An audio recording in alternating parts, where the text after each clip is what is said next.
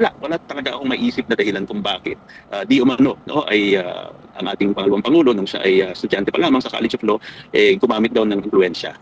Isang nakakahiya para sa mga bubonistang tanganista ni Bangag, mga Pinklawan Dilawan, mga komunista, mga kakampi ni Percy Tabe, mga kaliwang grupo. Itong banat ng San Sebastian College of Law din po mismo ha, na sinabi niya, si Madriaga ay hindi niya alam kung graduate ba talaga sa College of Law ng San Sebastian. At pinalagan po ng naturang din mismo ha, yung mga kasinungalingan niya laban kay Vice President Inday Sara Duterte na umano'y si Inday Sara nakagraduate lang daw or nakakuha lang daw ng malalaking grado diyan sa San Sebastian dahil lamang sa palakasan. Anak ng kabuti talaga naman. No? Pero ito po, para magbigay linaw po sa maraming Pilipino, lalo na yung mga naniniwala kay Madriaga, graduate ba talaga yan si Madriaga sa San Sebastian? Kasi nga ho, itong dean ng College of Law ng San Sebastian ay pumalag at nilinaw ang lahat ng kasinungalingan ni Madriaga. O tingnan mo ang Panginoon, kakampihan talaga pag ang isang tao ay inaapi. Ito maliwanag, nakahanap po ng kakampi si Vice President Inday Sara at mismong din po ha, ang kakampi. At pahiya po dito si Madriaga at durog po sa mga banat ng naturang din sa College of Law ng San Sebastian. Magandang tanghali po sa ating lahat. Pa-like po muna, pa-share, pa-subscribe at pakipindot ang inyong mga notification bell para lagi po kayong updated sa ating mga video. Pakinggan po natin at panoorin itong interview po mismo sa College of Law ng Dean mismo ng San Sebastian College. Siya po ay si, bago po natin yan, si Attorney Ted Pastrana, Dean ng San Sebastian College of Law. Pakinggan po natin. Ano bang, anong inyong reaksyon dun sa parang ang sinasabi, palakasan lamang ba? Ang pagpasa sa baste? Nalalaka daw ba yan? Pag influential ka, madali kang matatanggap dyan at makakapasa sa bar. Ano po ang inyong side naman sa bagay na ito?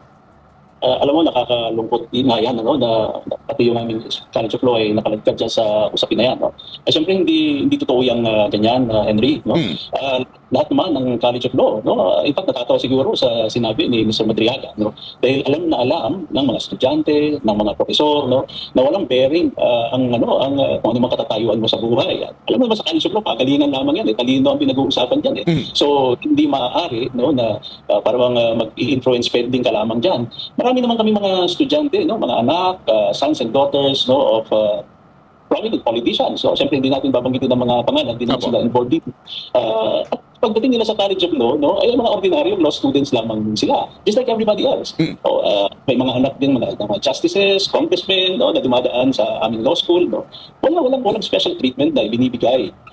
Parang all is fair. No? That's why I felt really bad no, on behalf of the faculty of San Sebastian College of Law. Then and now. No? Kasi itong usapin natin ito, 2005 I suppose, no, yung nangyari. Bagamat hindi pa ako ang dekano ng panahon na yun, ako'y miyembro ng faculty. No? Kilala ko siyempre ang mga personalidad no, na sinasabi. I think pwede kong banggitin, no, si Atty. Ryan Pilala. Matagal ko kasama sa faculty. No? And for a time, tama, no, nag-serve siya as associate dean no, ng College of Law. Imposible, Henry, no, na magkakaroon ng mga ganyang yung sinabi ni Mr. Madriaga na ikaw ay makakalusot sa College of Law dahil lamang sa iyong koneksyon o sa iyong apelyido o kung sino ang magulang mo. Walang gano'n. Hindi. Lahat ng colleges of law, no? For a time, I served as president of the Philippine Association of Law Schools. Kilala ko ang mga dekano ng iba't ibang law school sa buong Pilipinas. Palagi ko lahat sila ay naiinsulto, no? Na sasabihin na pwede palang magkaroon ng ganyang kalakaran sa College of Law, whether in San Sebastian or any law school for that matter.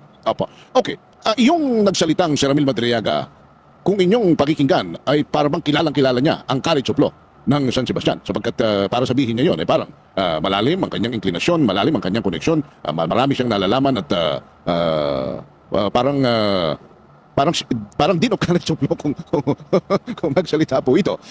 Ano ba sino ba itong si Madriaga ba ay alumni ba ito ng San Sebastian? Siya ba'y pasado sa bar? Nag-aral ba siya ng Laureate? Alam mo, hindi ko alam yun, wala akong personal knowledge, no? Pero nakita ko kasi yung kanyang affidavit dati, no? At sinasabi niya, ay di umano siya graduate sa San Sebastian College of Law. Aha. At sinabi niya na siya ay hindi pumasa sa bar examinations. No? Sinabi naman niya yun sa kanyang affidavit. Pero alam mo, kahit ako mismo, no, hindi ko ma-check yan sa aming registrar's office. Basta-basta nahihingi kasi ako ng i-verify, no, because of maybe have data privacy issues. Kaya hindi ko, I'm relying totally on the strength of his first affidavit, no, na sinabi niya na siya ay graduate din daw namin. Aha. O ayan ha, maliwanag, hindi sigurado itong si Atty. Ted Pastrana na din po mismo ng San Sebastian College of Law, nag-graduate itong si Madriaga dyan sa San Sebastian. Nakakabuti. Puntang ina kasi kung graduate ka dyan, siyempre din po yan, alam na niya, alam nang din kung talagang graduate ka, kung dyan ka nagtapos ng College of Law. Walang interest ang San Sebastian dito sa kidnapper na ito. Siyempre, ikaw pa naman malaking eskwelahan, tapos merong ganitong klase na personalidad na sasabihin graduate ka, kaya dyan sa College of Law, kidnapper, notorious, ay putang ina talagang itatakwil ka. Talagang isusuka ka at hindi magiging proud ang eskwelahan na yan. Kahit na sabihin na natin dyan ka graduate, hindi pa rin magiging proud ang eskwelahan na yan dito sa animal na sinungaling na si Madriaga. O ayan ha, hindi ho siguradong graduate ba itong si Madriaga dyan sa San Sebastian College of Law. Din na po mismo ang nagsabi niyan. Okay, tuloy natin. Aha. Pero yung mga estudyante ninyo, ano ba ang mga bahagdan na kanila pong dadaanan muna? Bago sila matanggap sa College of Law, ano ang mga pag-aaral na kanilang kailangan tapusin hanggang sa makapasa sa bar at maging isang gaganap na abogado? Unang-una, kailangan may bachelor's degree ka, diba? Dapat college graduate ka. Dito sa San Sebastian, kukuha ka ng entrance examination at kailangan mong maipasa. No? Ikaw ay interviewin para makita namin kung ikaw ba ay kumbaga may sapat na kakayahan o talino para makapagpatuloy sa pag-aaral ng abogasya. Alam niyo, hindi naman lahat maaaring pumasok sa abogasya, no? Dahil may pang-tuition ka o hindi po kailangan i-screen to. No? At napaka-meticuloso ang tunay na yung screening talaga nagaganap ay sa College of Law mismo. No? Naku, yung mga professor diyan, lahat sila nga nag-react doon sa statement ni Mr. Madriaga. Kasi kahit siguro lahat masasabi ko ng yung mga professor ay lahat sila ay parang kinwestiyon ng kanilang integridad, no? Na maaari pa lang ipakiusap lamang sa iyo, no, na maaari pa ipasa mo na o hindi, walang ganun not in the College of Law, no. Nobody has ever approached me personally, no, na maaari bang ipabigyan natin ng passing mark itong isang estudyante ito. Whatever the reason is, wala po. So talagang nakakagulat yung kanyang statement na dahil daw sa influensya ng dating associate din pa man din, hindi yung dekano, hindi yung dekano at that time, no, ay ano ba yun, napakiusap sa mga profesor, no, na kahit medyo kulang ang kakayanan siguro ay ipasa daw, no. Imposible po, napaka-rigid, no, ng aming mga rules, no, na sinasabi hindi ka nga pwedeng humingi ng reconsideration ng grado mo, maliban kung may pagkakamali yung computation, halimbawa yung addition lamang, no, ng score mo. At yun naman ay talagang nangyayari, no, na maaaring nagkamali ka sa pag-add ng iyong mga score. Di ba, yung I don't know if you're familiar, no, sa mga major examinations, so yung midterms at saka yung final exams, no, sa 10 tanong, tapos bibigyan ng grado sa bawat tanong, di siyempre may summation yun, no, baka nagkamali sa pag-add, no, pero hanggang doon lamang. Walang may question sa judgment ng isang professor kung bakit ang isang estudyante ay bumagsak o pumasa. Dali ka dito, Madriaga, pati mga profesor pumalag. Kahit na yung mga alumno siguro, alumni ng San Sebastian, kailangan kundinahin nila to si Madriaga at pagtulungan ibaon tong kidnapper na ito. Dahil nadadamay na po yung pinanggalingan ng mga ito. Actually, itong San Sebastian College of Law, marami na rin nagiging mataas na opisyal ng gobyerno, lalo na si Tatay Digong at si Vice President Inday Sara. Kaya, siyempre, magiging proud ang San Sebastian sa mga Duterte. Pero itong kay Madriaga, putang ina, dapat kasuhan nila ho ito. San Sebastian ay para lang pang-pribado? Pribado po. Pribado, okay. At wala riyang mga miyembro ng management o ng faculty na mga Opisyal ng gobyerno. politiko o maaaring mga kasi baka lumabas hindi, may mga politiko nga rin yan may mga nasa sa loob na pwede mong lapitan. Maaring gano'n. Baka may mga kwento na lumabas pang ganyan. Unahin na natin kung ano ba ho ang bumubuong background nito, if I may, ng mga professor ninyo na ito mga nasa management ng College of Law ng San Sebastian. Ang management po, siyempre meron po kami mga religious administrators, no? Ito ay mga kaparian, no? Na nagpapatakbo ng buong eskwelahan. Pero sa College of Law po, meron tayong isang dekano, no? Tapos meron tayong associate dean. Oo. At siyempre, ang aming College of Law, we have about 75. We have a 75 strong faculty. Karamihan diyan, mga huwes, justices ng Sandigan Bayan, ng Court of Appeals, no? Prosecutors, private practitioners, no? As I mentioned, huwes, no? So yung mga judges ng Regional Trial Court, ng Metropolitan Trial Court, ay nagsisipagturo rin yan sa, at aming iniimbitahan yung mga talagang mahuhusay, no, na nagtuturo. Meron din kami may mga private practitioners din kami, at yan ay iniimbitahan din namin sila dahil alam mo may mga highly specialized na subjects kaya halimbawa ng taxation, labor law, commercial laws, no? At kailangan namin ng mga abogado na may expertise dyan sa mga field na yan. Iniimbitahan namin sila magturo. Ito, mabigatin pala yung mga mga profesor ng din, no? Tsaka yung iba nasa talagang mga huwis. Yan ang mabigat na mga profesor. Tapos sasabihin ni Madriaga palakasan ng buang.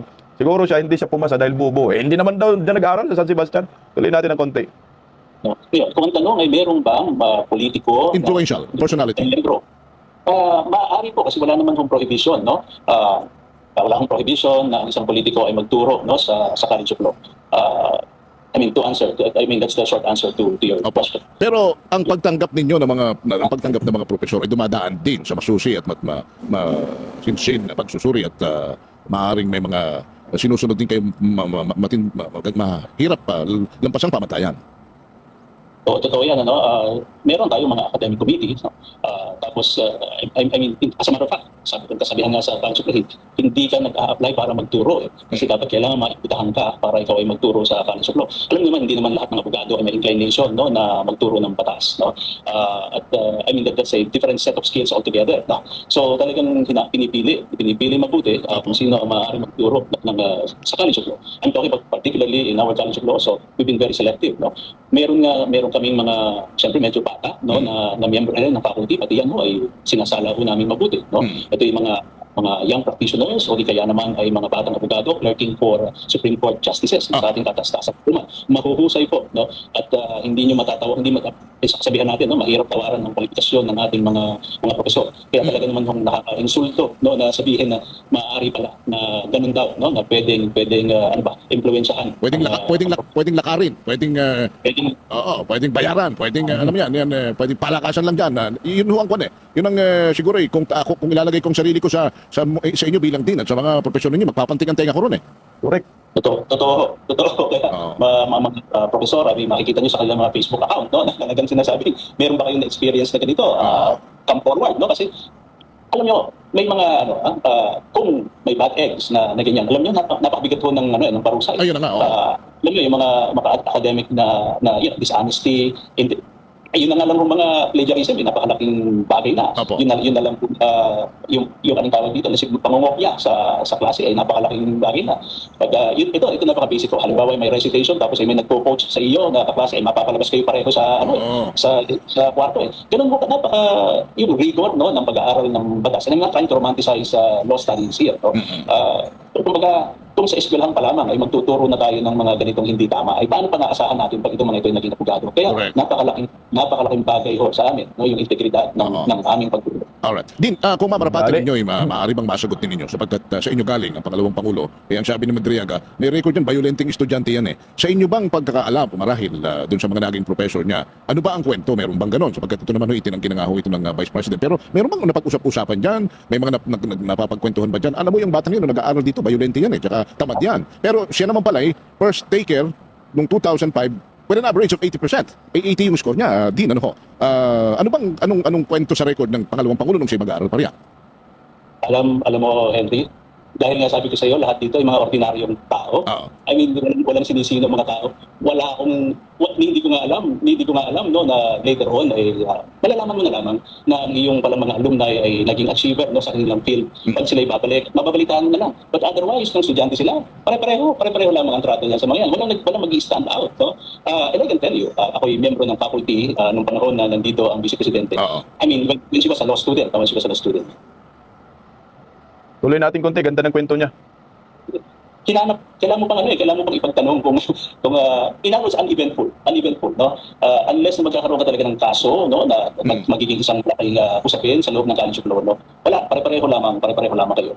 So, a short answer to your question is, I'm not aware, no? I'm not aware of any incident, no? Kasi kung meron man hong ganun, at halimbawa may magrereklamo, no, say bullying, no, or kung anumang pananakit ng isang kapwa estudyante, Opo. ay di yan makakarating yan sa Office of the Dean, o di kaya sa Office of the Dean mo yung diretso, no? At magkakaroon kayo ng formal na pagdinig, no, para malaman kung may katotohanan pa itong mga sinasabing ito. Kasi mabigat din ho ang parusa sa mga ganyan.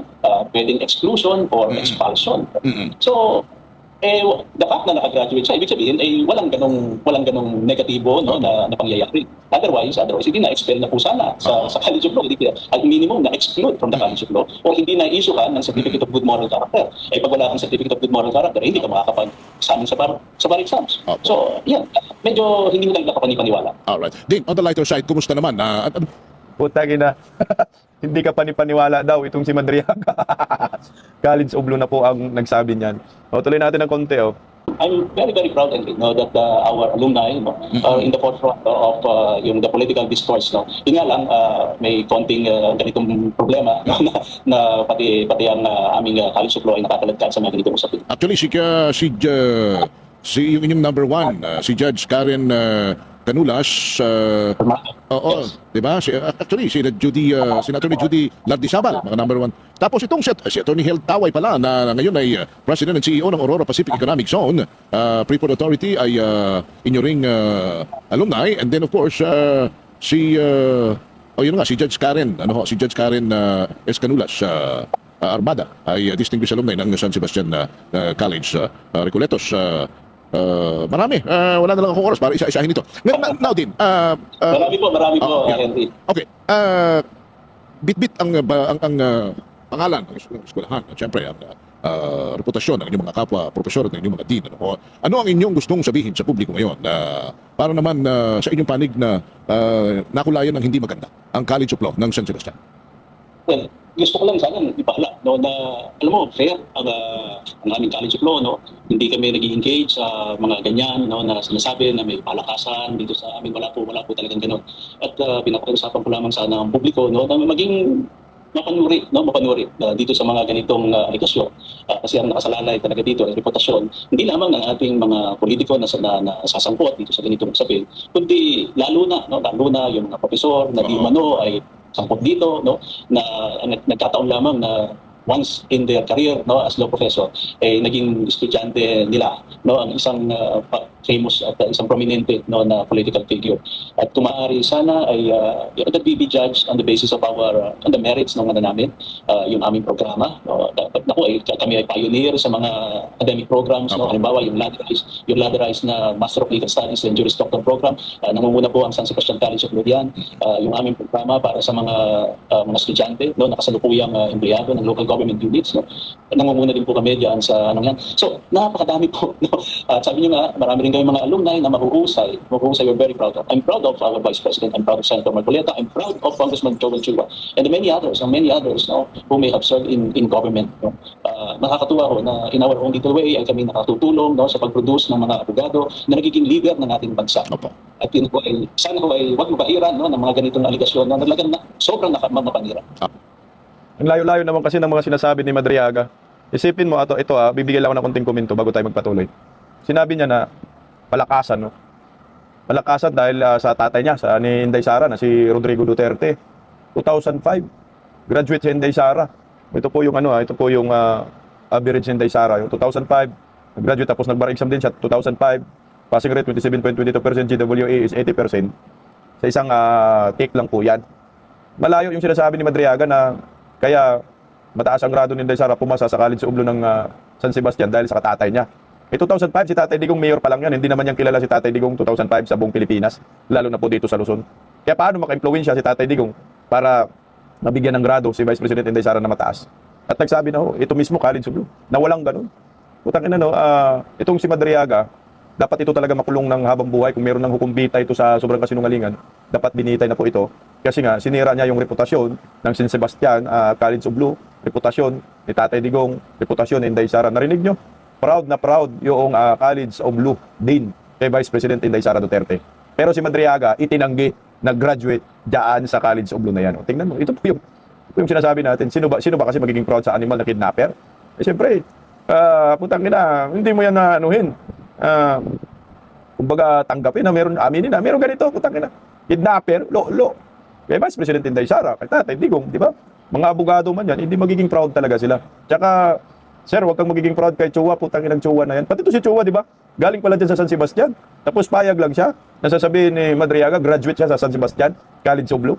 Putang ina, ikaw, alumnus ka dyan eh. Dapat pinara mo, sasabihin mo, putang ina, sinungaling ka. Sinisira mo yung alma mater namin, sinisira mo yung pinanggalingan namin, kung saan hinuhubog namin ang pagiging abogado namin. Tapos ikaw, sisingit-singit. Kaya hindi pinapara ni Chua, bagkos. Putang ina, sinabi pa niyang credible si Madriaga.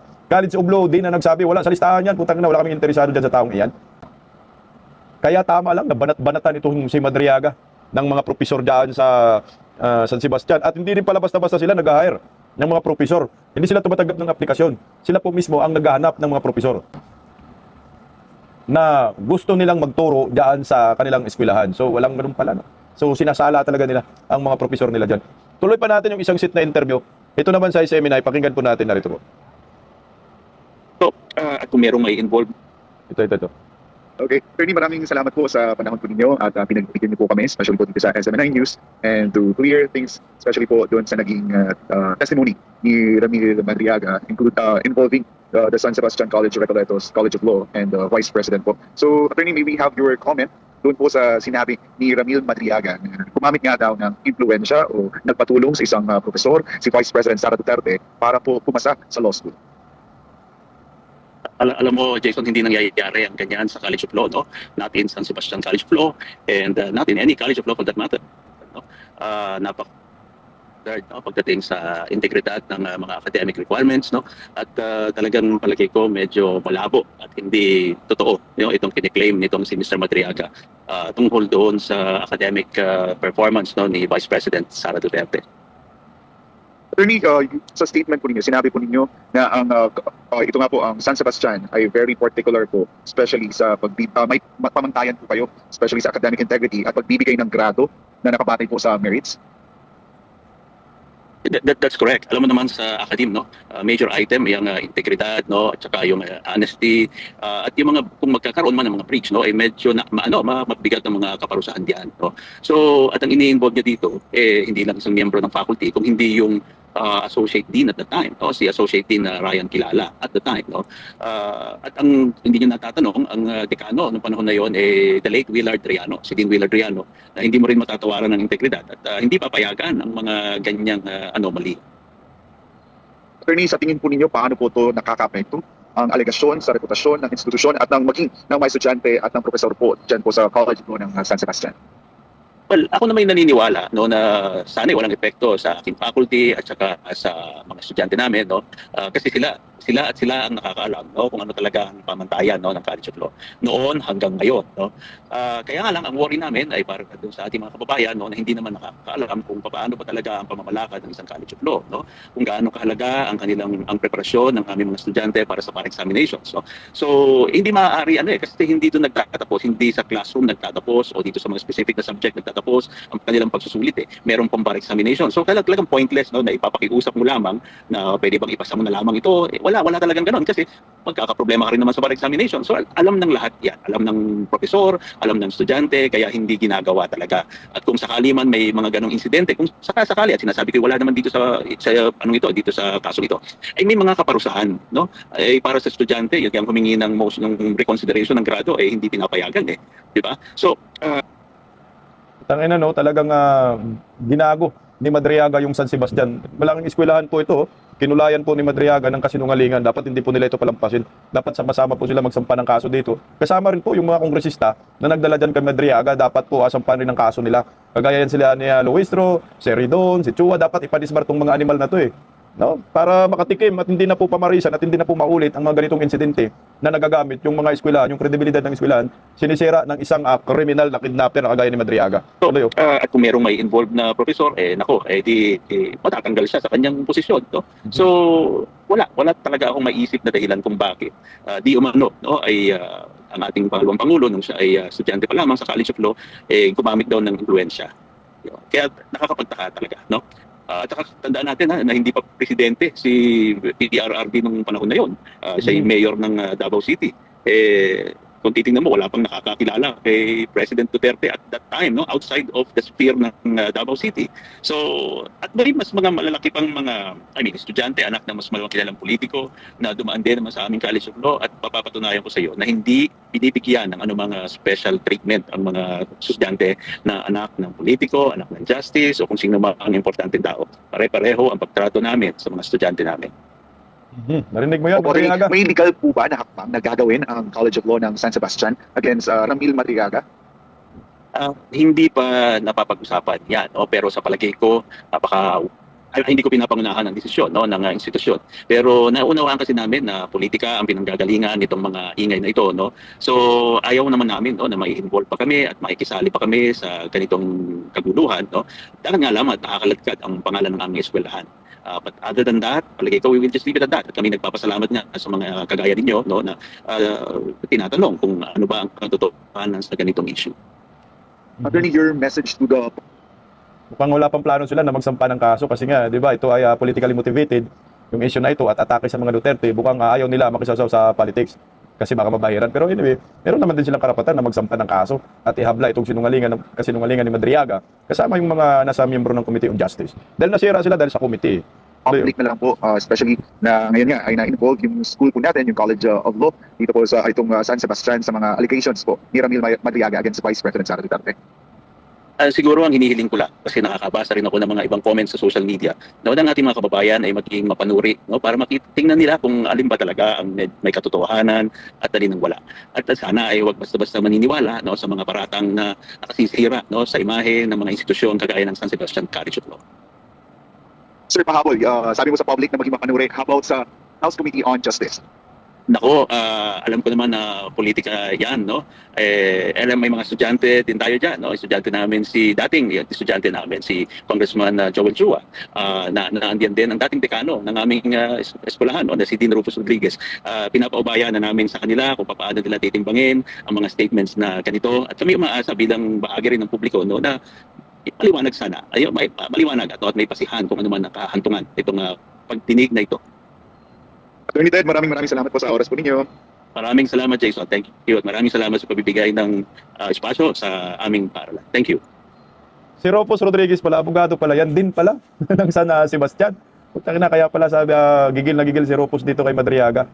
Ayan na, lumalabas na po ang katotohanan na itong si Madriaga ay sobrang sinungaling. Hindi totoo yung paratang na si Vice President Inday Sara ay pumasa lang sa College of Law dahil sa kalakasan.